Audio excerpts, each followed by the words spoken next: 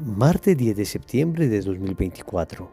Tres mensajes del Evangelio de hoy, tomado del Evangelio de San Lucas, capítulo 6, versículos del 12 al 19. Sucedió que por aquellos días se fue él al monte a orar y se pasó la noche en la oración de Dios. Cuando se hizo de día, llamó a sus discípulos y eligió 12 de entre ellos, a los que llamó también apóstoles. A Simón, a quien llamó Pedro, y a su hermano Andrés, a Santiago y Juan, a Felipe y Bartolomé, a Mateo y Tomás, a Santiago de Alfeo y Simón, llamados Zelotes, a Judas de Santiago y a Judas Iscariote, que llegó a ser un traidor. Bajando con ellos, se detuvo en un paraje llano. Había una gran multitud de discípulos suyos y gran muchedumbre del pueblo de toda Judea, de Jerusalén y de la región costera de Tiro y Sidón, que habían venido para oírle y ser curados de sus enfermedades. Y los que eran molestados por espíritus inmundos quedaban curados.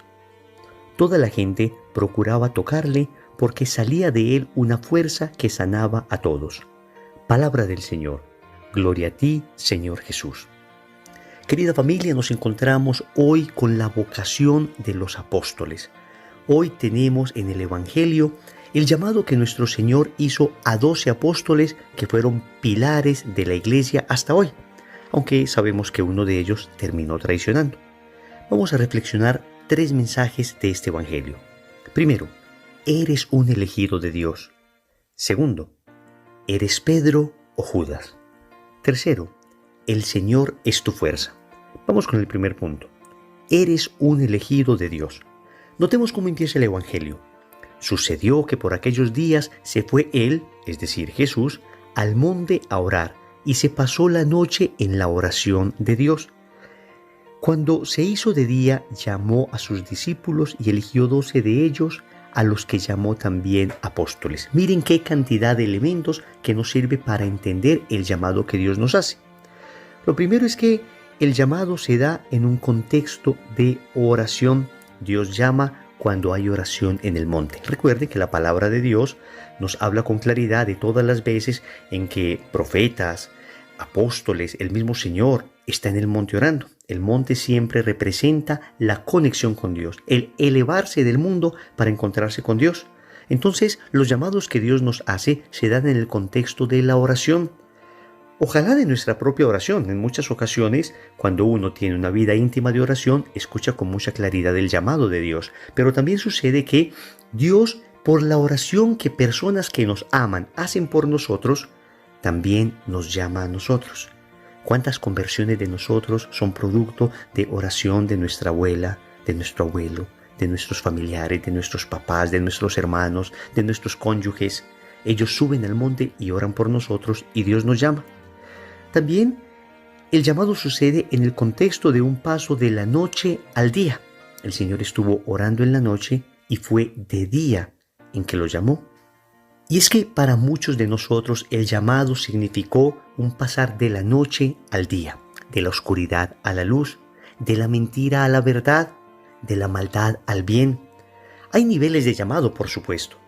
Cuando hablamos de un primer llamado, el llamado de una gran conversión, normalmente es un llamado que implica un enorme cambio moral, un enorme cambio de vida.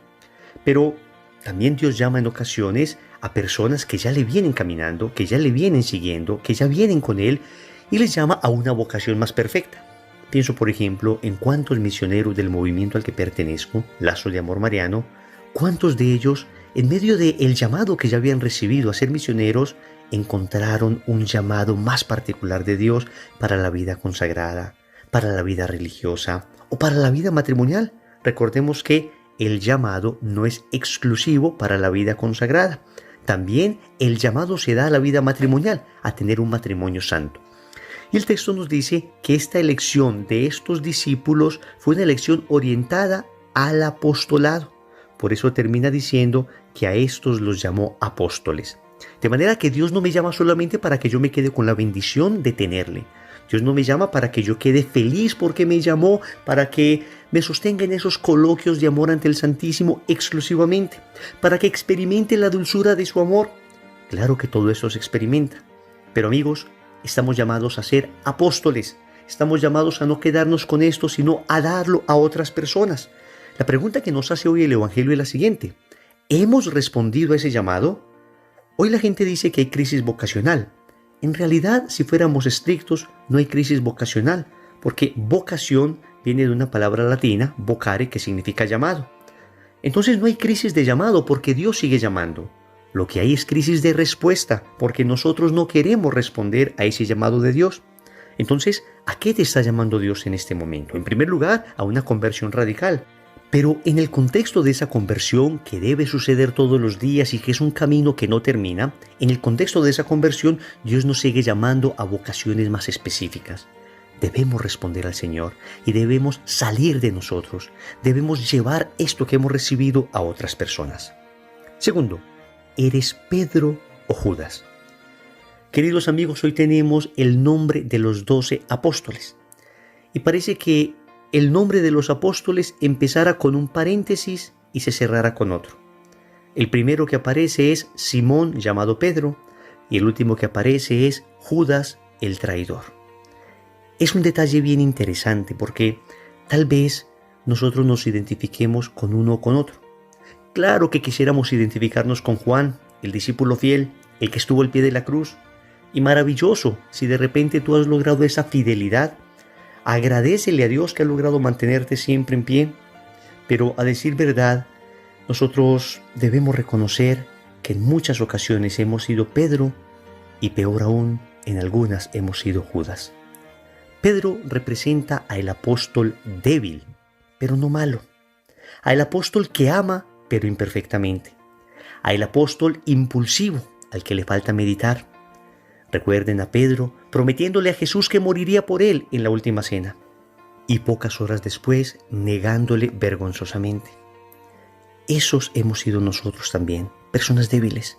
En misa decimos, propongo firmemente no volver a pecar. Y estamos saliendo de la Eucaristía y somos asaltados por un mal pensamiento que terminamos consintiendo. Somos asaltados por un ataque de ira que no logramos controlar. Una mentirilla aquí, una falta de caridad allá. Hemos sido como Pedro en muchas ocasiones. Pero lo más triste es que también hemos sido como Judas. Y es que en Judas ya no se encuentra solamente el apóstol débil, sino que se encuentra aquella persona que deliberadamente ha hecho el mal. Aquella persona que calculó el daño. Pedro negó espontáneamente. Pedro negó en medio del susto, de la cobardía. Judas, en cambio, calculó lo que iba a hacer. Judas tuvo suficiente tiempo para no hacerlo. Estaba engañado ciertamente. Algunos dicen que él esperaría de Jesús una manifestación gloriosa cuando iba a ser apresado. Nadie sabe exactamente qué pasaba por el corazón de Judas. Lo que sabemos es el hecho de que él traicionó y tuvo tiempo para arrepentirse. Es más, en la última cena, el Señor le habló a su corazón.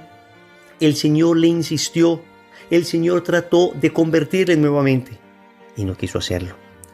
Amigos, esos hemos sido también nosotros. En tantas ocasiones hemos traicionado al Señor.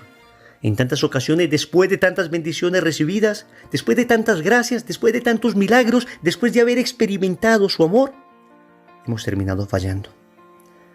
La buena noticia es que si eres Pedro o si eres Judas, si soy Pedro o si soy Judas, tenemos redención. Podemos todavía convertirnos, podemos pedir perdón. Hagamos como Pedro, lloremos nuestro pecado. No hagamos como Judas, que desesperado terminó suicidándose. Tal vez el peor pecado de Judas no fue ni siquiera entregar al Señor. Su peor pecado fue no confiar en la misericordia de ese Dios que estaba dispuesto a perdonarle. Si Judas hubiese llegado al Calvario de rodillas pidiendo perdón por lo que había hecho, tal vez hasta Jesús se hubiese desclavado de la cruz un instante solo para abrazarle y con su sangre limpiarle de ese pecado. Pero Judas llegó a creer que su pecado era más grande que la misericordia de Dios. ¿Eres Pedro o Judas? Sea lo que sea que hayamos sido, pidamos perdón. Supliquemos al Señor misericordia y empecemos un proceso de conversión.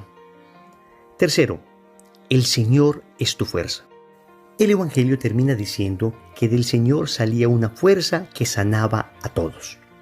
Amigos, necesitamos la fuerza de Dios. Óyeme bien, la fuerza viene de Él, no de ti ni de mí. Toda vez que nos hemos creído fuertes nosotros, hemos sido vergonzosamente humillados en nuestra debilidad. Pensemos en aquellos que se creyeron fuertes. Pensemos tal vez en Adán y Eva. Terminaron cayendo estrepitosamente. Pensemos en el rey David, que terminó cayendo en un pecado terrible de adulterio, de asesinato, de desconfianza de Dios. Pensemos en Sansón, por ejemplo, que confiado terminó contando el secreto de su fuerza a Dalila. Pensemos en Pedro, pensemos en Salomón, pensemos en tantos que se creyeron fuertes y cayeron. Amigos, Él es nuestra fortaleza. La fuerza reside en ti si Dios está en ti. Nuestra fuerza no proviene de nosotros. Ciertamente hay que hacer un esfuerzo. Ciertamente se debe cultivar la virtud. Ciertamente la persona que está habituada a hacer el bien, le será más fácil hacerlo. Eso es lo que se llama virtud. Es como una segunda naturaleza que ayuda. Cuando uno empieza a hacer el bien, pues cada día es más fácil hacerlo.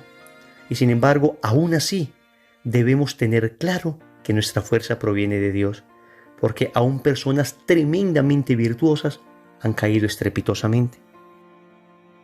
Oremos con el Salmo 18. Yo te amo, Señor, mi fuerza. El Señor es mi roca y mi fortaleza. Es mi libertador y es mi Dios.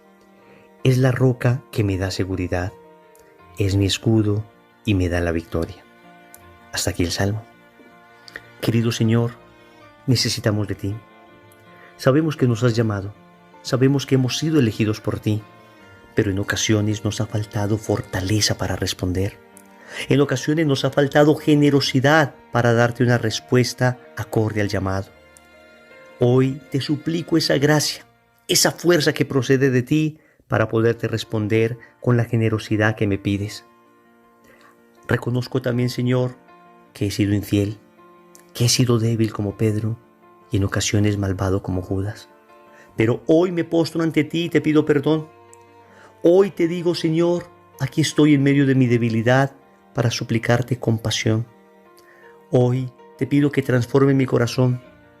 Quiero ser como Juan, el discípulo fiel, el discípulo que permaneció firme incluso cuando todos huían. Quiero estar al lado de María, a tu lado en la cruz. Quiero que me veas allí, en medio de la soledad del Calvario. Quiero que sepas, Señor, que soy más débil, soy más frágil de lo que creo, pero que confío porque sé que tú eres más fuerte de lo que imagino. Necesito de tu fortaleza, necesito de tu gracia. Solo en ti puedo sostenerme. Señor, dame lo que me pides y pídeme lo que quieras. Amén. Recordemos entonces. Primero, eres un elegido de Dios. Segundo, eres Pedro o Judas. Tercero, el Señor es tu fortaleza. Compromiso. En el rosario de hoy vamos a pedir la gracia de la perseverancia final. En el nombre del Padre, y del Hijo, y del Espíritu Santo. Amén.